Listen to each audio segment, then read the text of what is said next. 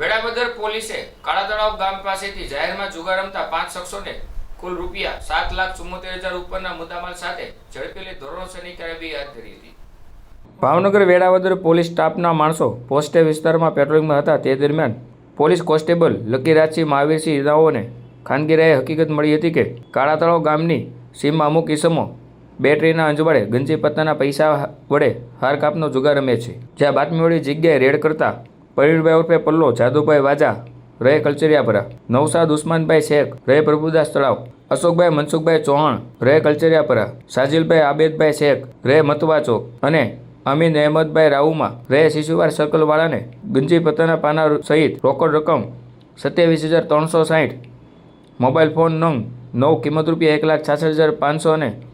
એક Innova car તથા 3 motorcycle કિંમત રૂપિયા 5,80,500 મળી કુલ મુદ્દામાલ 7,74,360ના મુદ્દામાલ સાથે 5 ઈસમોને ઝડપી લઈ ધોરણસરની કાર્યવાહી હાથ ધરી હતી।